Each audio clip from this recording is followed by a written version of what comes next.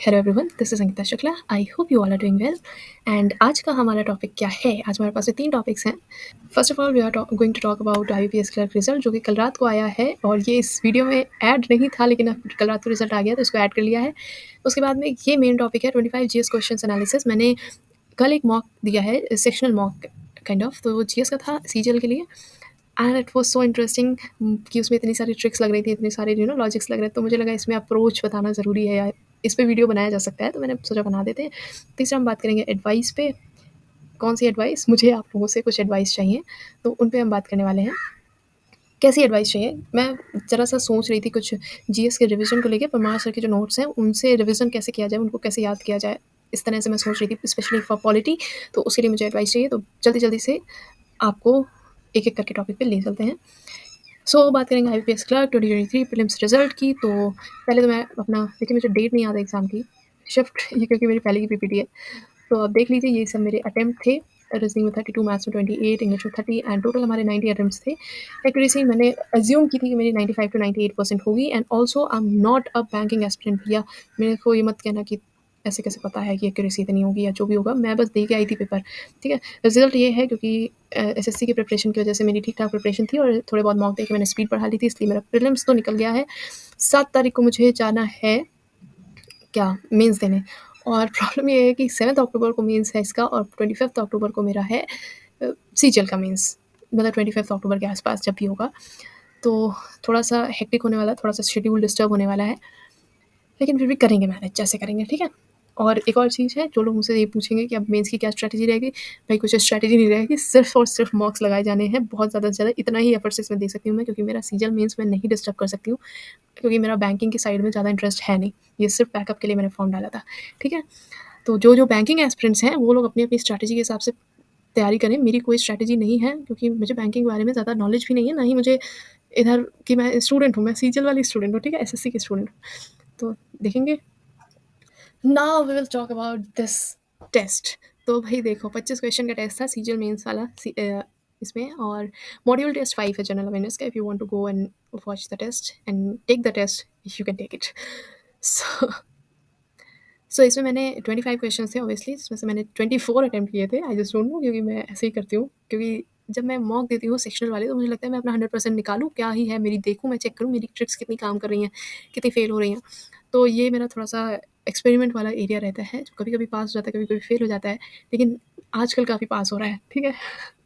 क्योंकि आजकल लॉजिक्स मेरे लॉजिक्स के साथ में लग रहे हैं।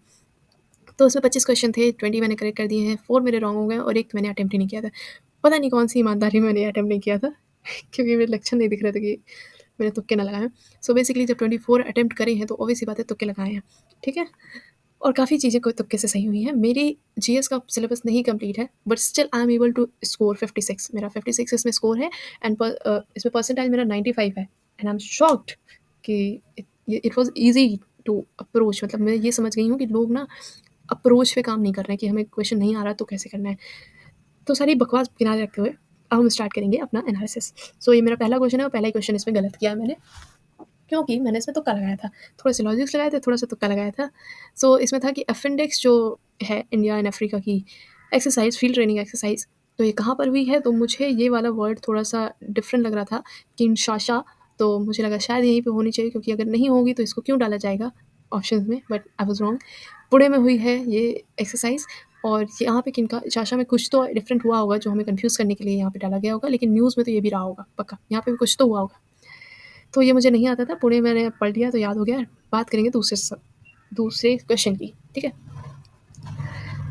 निम्नलिखित में से क्या राष्ट्रीय आय के अनुमान में शामिल है? इसको मैं इंग्लिश में भी दिखा देती हूँ कि नेशनल इनकम के एस्टिमेशन में क्या शामिल हो सकता है। इनमें से कोई एक, नोट द पॉइंट, कोई एक जो नेशनल इनकम को बनाने में सहयोग देगा या नेशनल इनकम बनाने में काम आएगा। तो मैंने इकोनॉमिक्स पढ़ी है, लेकिन मुझे थोड़ा-सा कन्फ्यूज़न हो जाता है, और जब ऐसा क्वेश्चन हो, देखिए यहाँ पे है रेस्टोरेंट द्वारा शुगर परचेज़ की गई है, यहाँ पे है expenditure incurred by a household on goods and services, ठीक है?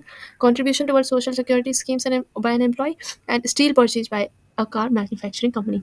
अगर आपको ये लगे कि जब हम कोई भी चीज़ खरीदते हैं तो वो नेशनल इनकम बढ़ाती है, ठीक है? तो ये लॉजिक आ सकता है कि वो एस्टिमेशन में आएगा नेशनल इनकम के। और यहाँ पे शुगर परचेज़ हो रही है रेस्टोरेंट के द्वारा, तो हो सकता है आपके माइंड में ये आ जाए कि ये सही हो सकता है। लेकिन एक और चीज़ मैं बता दूँ, इसी तरह से यहाँ पे भी तो स्टील परचेज़ हो रही है। शुगर रेस्टोरेंट वाले ने खरीदी है, स्टील कार मैन्युफैक्चरिंग कंपनी ने खरीदी है। लेकिन आप ये देखिए, यहाँ पे रेस्टोरेंट और कार मैन्युफैक्चरिंग कंपनी लिखे क्यों गए हैं? अच्छा, अगर किसी हाउसहोल्ड ने सामान खरीदा होगा, तो क्या ये पॉसिबिलिटी नहीं है कि उसने शुगर खरीदी होगी? खरीदी होगी, हो सकता है खरीदे, गुड्स में कुछ भी आ सकता है, शुगर आ सकती है, हाउसहोल्ड जब खरीद रहा है। लेकिन यहाँ पे कुछ रीज़न से रेस्टोरेंट लिखा गया, वरना शुगर परचेज़ बाय समवन ऐसे भी तो लिख सकते थे। रेस्टोरेंट ही क्यों लिखा गया? यहाँ पे कार मैन्युफैक्चरिंग कंपनी क्यों लिखी गई? There is a reason. देखो भैया, नेशनल इनकम जो होती है, जो फाइनल गुड्स पे काउंट होती है। जब रेस्टोरेंट शुगर खरीद रहा है, तो वो फाइनल गुड के तौर पे नहीं खरीद रहा है। वो इस शुगर से कुछ बनाएगा और फिर वो फाइनल गुड्स होंगे, जो फाइनल प्रोडक्ट होगा, उसको वो बेचेगा। तो यहाँ पे sugar as a final product नहीं काम कर रही है, ठीक है? और यहाँ पे स्टील भी कार मैन्युफैक्चरिंग कंपनी में खरीदी गई, मतलब उससे अब कार बनेगी, कार जो होगा वो फाइनल प्रोडक्ट होगा। तो जो फाइनल प्रोडक्ट पे होता है, जब फाइनल प्रोडक्ट खरीदा जाएगा, जैसे कोई आके कार खरीद ले गया इनसे, तो वो कार जो होगी वो फाइनल प्रोडक्ट होगी, और उसका जो जो भी है एक्सपेंडिचर, वो जो है, जो भी एक्सपेंडिचर उसमें हुआ है, वो नेशनल इनकम में काउंट होगा। लेकिन और कंट्रीब्यूशन का तो कोई लेना ही देना नहीं है नेशनल इनकम से, वो तो छोड़ ही दो। यहाँ पे है expenditure incurred by a household on goods and services. यहाँ पे जो हाउसहोल्ड है, उसने फाइनल प्रोडक्ट्स खरीदे हैं, इसलिए ये वाला क्वेश्चन सही हो जाएगा। अगर जिसको नहीं भी आता था, उसके लिए भी एक बहुत अच्छी ट्रिक थी यहाँ पे, कि इन्होंने एक ये सेंटेंस दिया था, एक ये सेंटेंस दिया था। हम सबको पता है नेशनल इनकम में कंट्रीब्यूशन वर्ड नहीं आएगा। एक दूसरा लिंक ये आ जाएगा कि एक्सपेंडिचर, गुड्स एंड सर्विसेज, ये सारे कीवर्ड्स होते हैं जो कि नेशनल इनकम में काम आएँगे, ठीक है? परचेज़ अलग वर्ड हो जाता है और समथिंग जनरल वर्ड हो जाता है। ये ज़्यादा कनेक्ट हो पा रहा था, मेनली ये है। और अगर इन इसको और इसको कैसे एलिमिनेट कर सकते थे? देखो, शुगर भी यहाँ परचेज़ की जा रही है, यहाँ पे स्टील परचेज़ की जा रही है, by a company, by a restaurant, ऐसा कुछ है। तो ये दोनों चीज़ें परचेज़ की जा रही हैं, तो अगर इनमें से मान लीजिए मेरे माइंड में आया कि शुगर वाला ये सही था, तो अगर ये सही है तो ये क्यों नहीं सही है? फिर ये भी सही होना चाहिए ना? क्योंकि ये सही हो गया तो ये भी सही हो जाएगा, क्योंकि सेम ही चीज़ है, बस प्रोडक्ट ही तो चेंज हो गया है। काम तो वही हो रहा है, प्रोडक्ट चेंज हो गया है। तो इसका मतलब अगर ये नहीं, ये है, तो फिर ये भी होगी, और अगर एक नहीं है, क्योंकि दोनों तो हो नहीं सकती, तो इसका मतलब अब दोनों नहीं होंगे, क्योंकि यहाँ पे तो कोई एक ही ऑप्शन सही हो सकता है। और फिर कंट्रीब्यूशन का कोई लेना-देना नहीं है, और एक्सपेंडिचर वर्ड जो है वो नेशनल इनकम में काउंट होगा, गुड्स एंड सर्विसेज़ जीडीपी में आता है, तो वो भी काउंट होगा। तो ये वाला सही हो जाएगा। तो अगर इसमें 2 से मतलब 1 मिनट तक सोचा जाए, मैंने 1 मिनट तक सोचा भी है। 1 मिनट तक सोचा जाए, तो इस क्वेश्चन को किया जा सकता है। Then will talk about the SDG goals. तो ये देखो, जो परमार सर की क्लासेस ले रहे हैं, परमार सर ने लिटो सीरीज़ में याद कराया था। मैं यहाँ पे उस ट्रिक की फ़ोटो लगा दूँगी, तो आप देख लीजिएगा। फ़िलहाल मैं इसको थोड़ा बहुत बता देती हूँ, सो दैट आप फ़ोटो में जब पढ़ें तो आपको समझ में आ जाए। उनकी स्टोरी मुझे एग्ज़ैक्ट नहीं याद है, लेकिन कीवर्ड्स जो उन्होंने शॉर्ट टर्म्स बताए थे, वो तो मुझे याद है। तो मैं स्टोरी अपने हिसाब से कुछ चेंज-वेंज करके बता देती हूँ कि फ़ी ज्यूस जो है, उन्होंने एस किया है दवाई के रिस्क को। कैसे एस किया है? 2 कपूर, 2 लौंग और 2 प्याज़ लेके। कपूर, लौंग, प्याज़ तो उनकी भी ट्रिक में था, लेकिन ऊपर वाला मैं भूल रही हूँ। तो जो फ़ी है, सॉरी, फ़ी ज्यूस ने, आप समझ लीजिए, फ़ी ज्यूस नाम है किसी इंसान का, फ़ी ज्यूस ने एस किया है दवाई के रिस्क को। तो दवाई का रिएक्शन नहीं हो जाता है, तो उस दवाई का जो रिस्क था उसे उन्होंने एस किया है। कैसे एस किया है? 2 कपूर, 2 लौंग और 2 प्याज लेके। तो यहाँ पे पहले वाले पी से हो जाएगा पॉवर्टी, दूसरे वाले, पहले वाले एच से हो जाएगा हंगर, दूसरे वाले एच ई से हो जाएगा हेल्थ, फिर ई से हो जाएगा एजुकेशन, जी ई से हो जाएगा gender equality, water and sanitation हो जाएगा डब्ल्यू एस से, ए सी ई एस, पूरे एस से हो जाएगा affordable and clean energy, and D W से हो जाएगा decent work and economic growth, I I से हो जाएगा industry, infrastructure and innovation, R I से हो जाएगा रिड्यूस्ड इनइक्वालिटी, एस सी से हो जाएगा सस्टेनेबल सिटीज, एंड सी से हो जाएगा रिड्यूस कंजम्पशन, सी से कंजम्पशन, रिड्यूस कंजम्पशन, ठीक है। दूसरे वाले सी से हो जाएगा क्लाइमेट एक्शन, पहले एल से हो जाएगा life below water, then life on land, फिर पी से हो जाएगा पीस फॉर जस्टिस, पीस और जस्टिस, एंड लास्ट वाले से हो जाएगा पार्टनरशिप। तो इस तरह से हम याद कर सकते हैं, 2-3 मिनट लगेंगे, आपको याद हो जाएंगे सारे। तो इनको इनके नंबर्स के साथ याद रखना है, लेकिन मुझे ऐसा लगता है कि नंबर्स के साथ एसएससी में नहीं पूछा जाएगा। एसएससी में बस इस तरह से क्वेश्चंस आ जाएंगे कि कौन सा इसमें से नहीं आ रहा है, ठीक है। अगर बहुत ही टफ बनाना होगा तो भले बना दें उसको, लेकिन नॉर्मली तो ऐसे ही होना है। Right to move courts against fundamental rights violated has been established. ये सबको पता है, कॉन्स्टिट्यूशनल रेमेडीज, इसमें कुछ नहीं बताना है। Article 32 and what more, no nothing. Then we will talk about this question. ये क्वेश्चन मुझे नहीं आता था, फिर भी मैंने थोड़ा सा तुक्का वुक्का मारा, लेकिन मेरा तुक्का सही गलत हो गया है। देखो भैया, बैकग्राउंड नॉइसेस के लिए क्षमा प्रार्थी हैं हम। और तो यहाँ पे यूनियन बजट अभी मैंने पढ़ा नहीं, एक्चुअली पढ़ा है, लेकिन मैंने उसको याद नहीं किया। ये जो डेटा वाली चीज़ें हैं वो याद नहीं कर रखी, लेकिन अब मैंने ये तो याद ही कर लिया इससे। सो सब्सिडीज़ में 7% सब्सिडीज़ में शेयर है। अब हम बात करेंगे धीरे धीरे एक चीज़ में। देखो, इंटरेस्ट पेमेंट इसको हिंदी में कर लेते हैं थोड़ा सा। ब्याज भुगतान, ब से ब्याज, ब से 20, ब्याज हो गया 20%। इसको टैक्स एंड कर शुल्क इन सबको आपको 18% में याद रखना पड़ेगा, इसका कोई ट्रिक नहीं है। अब देखिए सेंट्रल सेक्टर स्कीम्स के 17% है, सेक्टर में सेक्टर 17 इस तरह से साउंड हो रहा है, सेक्टर SCT 17। अब देखिए साउंड हो ना हो साउंड करवा लीजिए सेंट्रल सेक्टर 17, ठीक है, इस तरह से याद रखना है। देन हमारे पास में finance commission and other transfer 9% है, और 9% ही सेंट्रली स्पॉन्सर्ड स्कीम है। यहाँ पे भी स्पॉन्सरशिप की बात हो रही है, मतलब पैसा की बात हो रही है। यहाँ पे फाइनेंस कमीशन की बात हो रही है, मतलब पैसे की बात हो रही है। जो फाइनेंस कमीशन है वो स्पॉन्सर कर देगा, इस तरह से याद करें, इसका कोई वास्तविकता से लेना देना नहीं है, बस स्टोरी बना लो कि फाइनेंस कमीशन जो है वो स्पॉन्सर करेगी सेंट्रल को, सेंटर को स्पॉन्सर करेगी 9% शेयर देके, ठीक है, इस तरह से 9% शेयर देके कुछ भी इस तरह से बता के याद कर लिया करो भाई। And defence and other expenditure को 8% मिला है, और पेंशन को 4% मिला है। एक चीज़ और याद रखिएगा कि इसमें से जितने भी ये परसेंटेज हैं, ये भले आपको याद ना हो, ये याद रखिएगा 2018-17 99887 4 इस तरह से। ये 2 बार 9% है, 2 बार 8% है, एक बार 7% है, और एक बार एंड यहाँ पे देखिए एस से सब्सिडीज एंड एस से 7, ठीक है। ऐसा इसलिए कह रही हूँ याद रखिएगा परसेंटेज, सो दैट जब आप एग्जाम में आए अगर दूसरी कुछ परसेंटेज दे दी जाए तो आपके पास में एक आइडिया हो कि ये तो था ही नहीं, तो वो ईज़ी होता है आपके लिए कुछ लॉजिक्स लगाना। तो अगर पूरा ना भी याद हो ना, तो आधी-आधी चीज़ें तो ज़रूर जो याद करने योग्य हैं उतनी ज़रूर याद कर लिया कीजिए। इस क्वेश्चन को किया जा सकता था, लेकिन मैंने थोड़ी-सी गलती कर दी क्योंकि मैं हिंदी में अटेम्प्ट कर रही थी, और यहाँ पे मैंने वन वर्ड, मतलब ये जो शब्द लिखा हुआ है वन, इसको पढ़ा नहीं और मैंने टिक कर दिया। तो यहाँ पे वर्ल्ड टीवी था, मैंने वर्ल्ड टीवी पढ़ा तो मुझे लगा वर्ल्ड टीवी है तो WHO ही होगा, बट इन इंग्लिश जब मैं दिखाऊँ ये है वन वर्ल्ड टीवी समिट। तो जब भी कभी एक चीज़ सोचिए कि जब भी कभी वन वर्ल्ड, हम कहते हैं ना वसुधैव कुटुंबकम, एक संसार, एकजुट होने की बात या एक संसार ऐसे वाली बात होती है, तो वो सिर्फ भारत कर सकता है, इंडिया कर सकता है। तो हमारी हेल्थ मिनिस्ट्री हो गई, एक्सटर्नल अफेयर्स करेंगे नहीं, एंड ये दोनों तो भारत के नहीं है, ये मतलब इंटरनेशनल ऑर्गेनाइजेशन है। तो वाइट क्लेंसेस की बात करें, made up of silicon hydrogel. अब इसको नहीं भी आता था वो भी कर सकते हैं, क्योंकि आप सबको पता है कि अगर सिलिकॉन है और बॉडी के कॉन्टैक्ट में आ रहे हैं, कॉन्टैक्ट लेंसेज, यहाँ पे वाले लेंसेज की बात हो रही है जो रंग बिरंगे नहीं है, आंखों में लगाए जाते हैं जिनसे आइज़ का कलर चेंज हो जाता है, तो वही वाले कॉन्टैक्ट लेंसेज, उन वाले कॉन्टैक्ट लेंसेज को सॉफ्ट लेंसेज कहते हैं। जब सिर्फ कॉन्टैक्ट लेंस लिखा हो तो मोस्ट प्रोबेबली सॉफ्ट वाले कॉन्टैक्ट लेंसेज की बात होती है। जब हार्ड लिखा हो तो वो ल्यूसाइड से बने होते हैं, हार्ड वो जो चश्मे में लगते हैं लेंसेज, उनका पूछ लिया जाए तो वो ल्यूसाइड से बने होते हैं। और जो स्किन के टच में अगर कोई चीज़ आ रही है और अगर उसमें सिलिकॉन है, हाइड्रोजेल है, देन इट इज़ ओके, आप उसको क्लिक कर देंगे। अगर स्किन से या बॉडी के अंदर, बॉडी के टच में किसी भी तरह से कोई भी चीज़ आ रही है तो उसमें सिलिकॉन और हाइड्रोजेल अगर ऑप्शन में हैं ऐसे वर्ड्स, तो ये सेफ होते हैं, आप इस पर टिक कर सकते हैं। प्लान इकोनॉमी फॉर इंडिया, इसमें सबसे ज़्यादा ट्रिक लगी है, मतलब सबसे ज़्यादा दिमाग लगा है। इसको छोड़ा जा सकता था, इस बुक का मुझे कुछ भी अंदाज़ा नहीं था कि मतलब किसी ने लिखी क्या लिखा है, मुझे कुछ नहीं पता था। नहीं, पहली चीज़ मैंने एलिमिनेट करे पहले दोनों पॉइंट, क्योंकि महात्मा गांधी और जवाहरलाल नेहरू ने इकोनॉमी से रिलेटेड मेरी याद में कोई भी बुक नहीं लिखी होगी। फिर आ जाता है कि इकोनॉमी की वजह से इन्होंने जानबूझ के यहाँ पे मनमोहन सिंह का नाम लिखा है, क्योंकि भैया उन्होंने काफ़ी ज़्यादा इकोनॉमी में अपना योगदान दिया था। लेकिन एक चीज़ सोचिए कि मनमोहन सिंह ने क्या, आपने सुना है कभी कि बुक लिखी हो कोई इकोनॉमी पे? उन्होंने, मैं बता दूँ, सिर्फ एक बुक आज तक लिखी है, दैट इज़ चेंजिंग इंडिया, और वो भी अभी 2, 3, 4, 5 साल पहले कभी आई थी न्यूज़ में, कुछ मैंने याद किया था, आई रिमेंबर। लेकिन मनमोहन सिंह अगर इकोनॉमी में सहयोग दे रहे हैं तो वो कभी भी गाना नहीं गाएंगे, ठीक है, और वो अपने आप को बहुत ज़्यादा वो नहीं दिखाते कि हाँ इकोनॉमी के बारे में हम बुक लिख रहे हैं, ऐसा। He is a very simple person. तो मैं इनको एलिमिनेट कर गई, क्योंकि मुझे तो ये मालूम था कि इन्होंने सिर्फ एक ही बुक आज तक लिखी है, तो ये तो और ये वो बुक नहीं है, तो मैंने डायरेक्ट जाकर इस पर क्लिक कर दिया। लेकिन एक और चीज़ है कि मनमोहन सिंह ऐसे है नहीं कि वो plan economy is not a word, it's a part of, it's a type of an economy, ठीक है। मे बी यहाँ लिखा हो, नहीं लिखा है कहीं, चलो छोड़ो।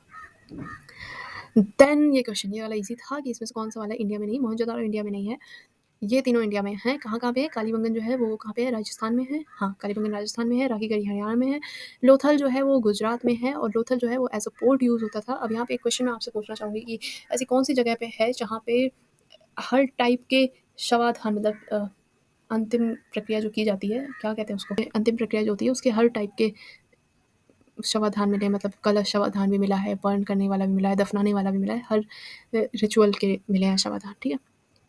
तो कौन वाली जगह है जहाँ पे मिले? राखीगढ़ी हरियाणा में है, लोथल हमने बता दिया गुजरात में है, पोर्ट टाइप जगह थी। कालीबंगन जो है वो राजस्थान में है, और क्या-क्या चीज़ें यहाँ पे हमारे लिए इंपॉर्टेंट हो सकती हैं? राखीगढ़ी के लिए एक इंपॉर्टेंट चीज़ हो सकती है कि वो आई गेस सरस्वती, हाँ, सरस्वती जो आज के ज़माने में नहीं है, उसके तट पे थी।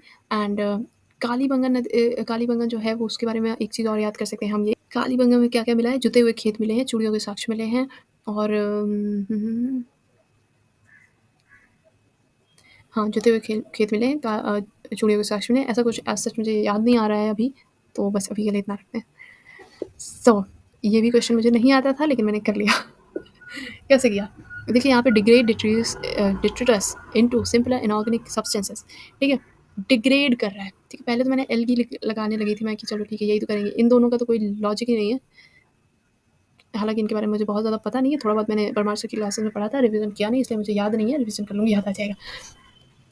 मैं एल्गी लगा चुकी थी लेकिन उसके बाद मुझे याद है मैंने ये वर्ड देखा एंजाइम्स। फंगल है कि कौन सा एंजाइम है मतलब नहीं, लेकिन एंजाइम्स है। और एंजाइम्स जहाँ पे भी कुछ भी तोड़ने की सिंपलर फॉर्म में या फिर कुछ भी पचाने में सहयोग देने में या फिर किसी चीज़ को सिंपलर चीज़ों में तोड़ने की, इस तरह के कुछ भी काम आएगा ना, डिग्रेड करने का, ब्रेक करने का, तो वो हमेशा एंजाइम्स के थ्रू ही होता है, क्योंकि एंजाइम्स ही होते हैं जो सिंपलर चीज़ों में सब्सटेंस को तोड़ते हैं।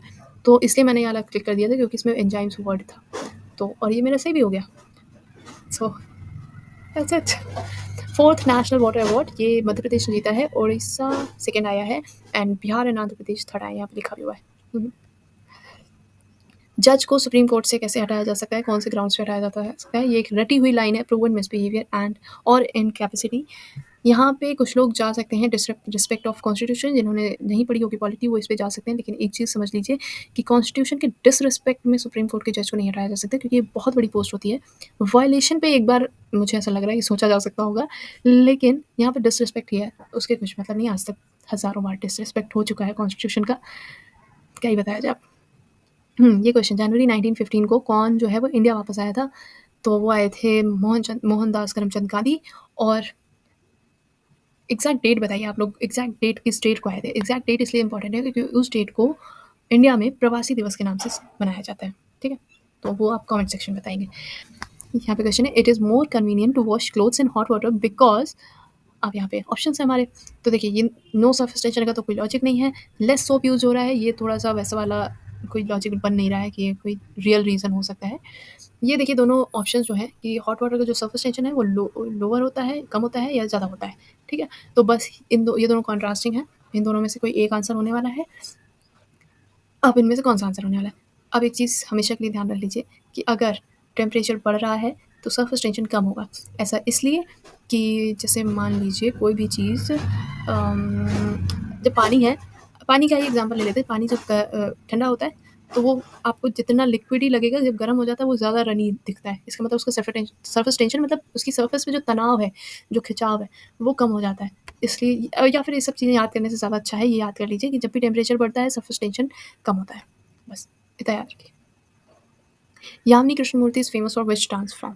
तो देखिए ये भरतनाट्यम से जुड़ी हुई हैं और कुचिपुड़ी से जुड़ी हुई हैं। इसको मैंने जब याद किया था तो मैंने इस तरह से याद किया था कि कृष्ण जी की मूर्ति जो है तो वो कहाँ पाई जाएगी? भारत में ही पाई जाएगी। मोस्ट प्रोबेबली भारत में ही पाई जाएगी। तो भरतनाट्यम हो गया। और कृष्ण जी की मूर्ति जब हमारे पास में है भारत में, तो हम रोज़ उसको भोग लगाएँगे, तो भोग में हम पूड़ी देंगे भगवान को, प्रसाद लगाएँगे। तो मतलब कृष्ण जी की मूर्ति भारत में है और उनको रोज़ पुड़ी का भोग लगाया जाता है। तो कुचिपुड़ी और भरतनाट्यम, इनके बारे में एक और चीज़ मैंने याद रखी थी। एक नंबर 68 1 और 68 1 16, हाँ, 68 1 16 मैंने नंबर याद रखा था। और वो आपको वहीं मिल ये रहा। पद्मश्री इनको 68 में मिला है, 2001 में पद्म भूषण मिला है और पद्म विभूषण में इन्हें 16 सॉरी पद्म विभूषण इन्हें 16 में मिला, 2016 में। तो ये मैंने प्रीलिम्स के पेपर के पहले याद किया था थोड़ा-सा, तो ये अभी तक याद था मुझे। इंटरनेशनल टाइगर्स डे 29 जुलाई, ये मुझे याद था। ऐसा इसलिए है क्योंकि जुलाई के मुझे सारे याद हैं, क्योंकि 4th जुलाई को मेरा बर्थडे होता है, इसलिए मुझे जुलाई के मोस्टली सारे याद हैं, तो इसलिए मुझे याद था। इंटरनेशनल म्यूज़ियम एक्सपो, ये मुझे नहीं आता था और ये मैंने छोड़ा था, ये न्यू दिल्ली में हुआ था, प्रगति मैदान में हुआ था, ठीक है? ट्रॉफिक लेवल्स इसको मैं हिंदी में कन्वर्ट करूँ तो ये है पोषक स्तर। पोषक स्तर कौन बनाते हैं? भई पोषक स्तर तो तब बनेगा ना जब एक से ज़्यादा टाइप के लोग होंगे, फूड चेन होगी, तो इसके लिए फूड चेन आंसर होगा। केवल एक ही टाइप के लोग हो जाएँगे, केवल, तो कैसे बन पाएगा पोषक स्तर, है ना? तो फूड चेन से बनता है। वो फूड चेन नहीं होती है कि जो फर्स्ट लेवल है उसमें घास है या फिर प्लांट्स हैं, सेकंड लेवल पे हर्बीवोरस हैं जो घास और प्लांट्स को खाते हैं, थर्ड लेवल पे जो हैं वो कार्निवोरस हैं जो कि इन हर्बीवोरस को खाएँगे। तो इस तरह से होता है। दक्षिण में हवा के बाएँ ओर वृक्ष होते हैं। देखो कभी भी गोलार्ध के बारे में आ जाए, जैसे गोल-गोल पृथ्वी है जो ऊपर उत्तर वाला, नीचे दक्षिण वाला, तो हवा इधर जा रही है, उधर की इधर जा रही है। हवा के बारे में गोलार्ध पे कोई भी क्वेश्चन आ जाए फोर्स से रिलेटेड, बिना कुछ सोचे समझे कोरियोलिस बल जो है कॉरियोलिस बल जो है इस पे क्लिक कर देना है, नो मोर क्वेश्चंस। ठीक है। रायमना राष्ट्रीय उद्यान जो है वो असम में है और ये भूटान से सीमा साझा करता है। ये मुझे नहीं आता था, मैंने थोड़ा-सा म्यांमार कर दिया, I just don't know why, क्योंकि मुझे आता नहीं था तो कुछ लॉजिक मैंने लगाया होगा, अब इस टाइम पे नहीं याद है। ये पर्वत श्रृंखला नवीन वलित पर्वत है, फोल्ड जो है वो आल्प्स पर्वत श्रृंखला है, अपना जो हिमालय है वो भी है, अरावली की तो बात ही मत करिए, काफ़ी पुरानी है, यूराल भी नहीं है और एपलाचियन चेन के बारे में मैंने पढ़ा नहीं है, ठीक है। तो आल्प्स का हालाँकि मुझे पता भी था, क्योंकि एक बार मैंने कोशिश की थी पढ़ने की ज्योग्राफी, तो मैंने एक क्लास ली थी, तो उसमें वो मुझे टेक्टोनिक प्लेट्स का बता रहे थे कि इधर-उधर होती हैं या फिर जब वो टकराती हैं तो एंड ये वाले यंग यंग फोल्ड माउंटेन्स बनते हैं। तो वो मैं पढ़ रही थी, तब उन्होंने बताया था कि आल्प्स और हिमालयाज़ उसके एग्ज़ाम्पल्स हैं। तो इसलिए मुझे ये याद था। निम्नलिखित में से किस विधि का प्रयोग करके हम ये सबको बताया था वाष्पीकरण, ठीक है। हाँ, ये भी मुझे नहीं आता था, लेकिन फिर भी मैंने सही कर लिया, इसलिए सही कर लिया क्योंकि थोड़ा बहुत मैंने लॉजिक्स लगाए, हालाँकि ये लॉजिक्स बहुत ही ज़्यादा बेकार थे, फिर भी मैंने लगा लिया। देखिए, टाइम मैगज़ीन पे अगर फ़ोटो आ रही है किसी की मई में, तो मुझे याद है उस टाइम पे आलिया भट्ट की कोई मूवी का वो चल रहा था, हॉलीवुड वाली किसी मूवी का प्रमोशन। तो अगर टाइम मैगज़ीन पे आलिया भट्ट की फ़ोटो होती, तो आलिया भट्ट ने इस चीज़ को काफ़ी ज़्यादा, उनकी पीआर टीम ने प्रमोट किया होता, गाना गाया होता, सो दैट उनकी मूवीज़ पे भी इफ़ेक्ट पड़े। मूवीज़ आती हैं तब ऐसा होता है ना? I am not remembering the exact May, but उस टाइम पे मई में कुछ तो हो रहा था, आलिया भट्ट से रिलेटेड बहुत सारी चीज़ें हो रही थी। तो मुझे नहीं याद है कि ऐसा कुछ मैंने देखा हो या सुना हो टाइम मैगज़ीन के बारे में। कृति सेनन का तो मुझे नहीं लगता था कि होगा, एंड कैटरीना कैफ का अगर हुआ होता तो मेरी न्यूज़ फीड में ज़रूर आया होता, क्योंकि मैं कैटरीना कैफ वाली पोस्ट देख लेती हूँ। तो इंस्टाग्राम या फिर यूट्यूब पे कहीं पे भी फीड में ये चीज़ ज़रूर आती थी कि टाइम मैगज़ीन के कवर पे कैटरीना कैफ हैं। इन तीनों का कुछ मैंने देखा नहीं, इन तीनों का मैंने कुछ देखा नहीं है, इसलिए दीपिका जो है वो हो जाएगा। इसलिए मैंने दीपिका को क्लिक कर दिया और यही सब चीज़ें, और ये मेरा क्वेश्चन सही भी हो गया, ठीक है। पूर्वी घाट की सबसे ऊँची चोटी हम सबको पता है महेंद्रगिरी होती है, और पश्चिमी घाट की अनाईमुड़ी होती है। महेंद्रगिरी की क्या है, 1500 मीटर या फिर 4925 फीट, ठीक है। और अनाईमुड़ी की लिखी नहीं है, मुझे याद भी नहीं है।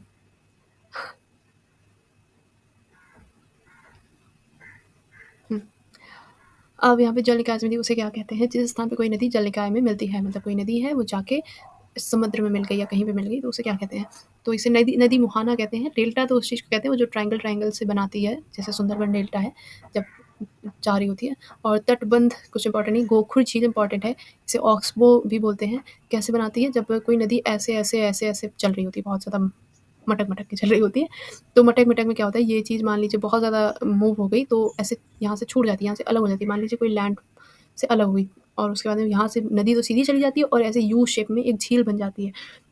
इसको जैसे कि आप देख सकते हैं, गोखुर लिखा हुआ है। गोखुर, आपने कभी गाय का खुर मतलब जानते हैं, गाय का पैर, हील्स जो होती है ना, तो वो हमेशा देखिए यू शेप में होती हैं। कभी भी गाय अगर ऐसे कीचड़ वगैरह में या गीली मिट्टी पे पैर रख के जाए, तो आप देखिए उसका शेप जो होता है वो यू शेप में होता है।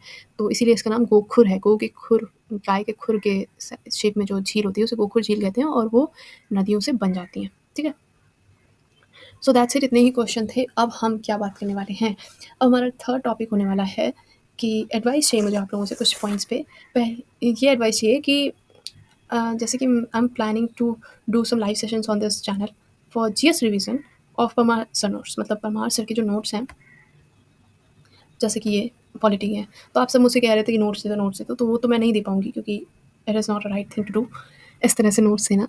तो मैं नोट्स नहीं दे सकती हूँ, मेरे पास नोट्स हैं।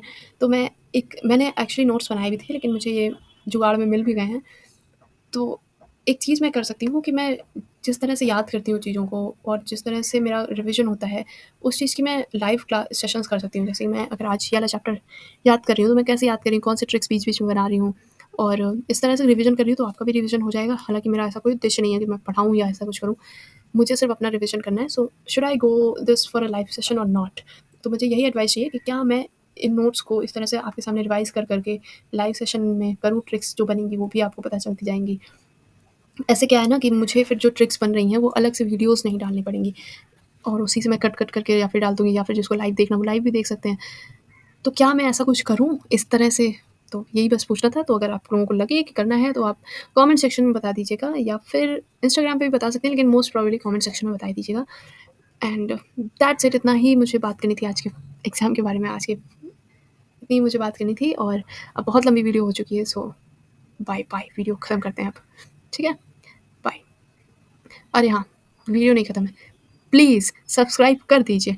कोई मेरे चैनल को सब्सक्राइब जितने लोग सब्सक्राइब करते हैं वो आते हैं, देखते हैं और सॉरी प्लीज़ सब्सक्राइब कर दीजिए क्योंकि इतने दिन से मैं इतना ज़्यादा कंटेंट प्रोवाइड कर रही हूँ, मेरे सब्सक्राइबर्स देख लीजिए, सबके बढ़ रहे हैं जो मतलब अच्छा कंटेंट भी नहीं प्रोवाइड कर रहे हैं। मैं देखती हूँ मतलब लोग बस इतना बता देंगे कि मैं ये पढ़ रही हूँ या पढ़ रहा हूँ, मैं ये कर रही हूँ और वो आपको कोई हेल्प नहीं करने वाले। मतलब ऐसी कुछ ख़ास हेल्प कर नहीं रहे हैं, मैं तो फिर भी थोड़ी बहुत मेहनत कर देती हूँ आप लोगों के लिए, तो मेरे तो सब्सक्राइबर्स बढ़ा दो, मतलब बढ़ा दो यार, कोई सब्सक्राइब नहीं कर रहा है वो।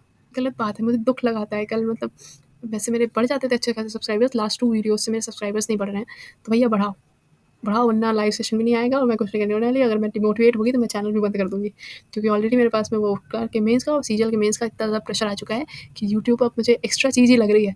तो खैर मैं बंद भी कर दूँगी तो आपको क्या ही फ़र्क पड़ना है, इसमें मेरा ही नुकसान है। सो चलिए बस ठीक है, सब्सक्राइब कर दीजिए बस। Bye bye.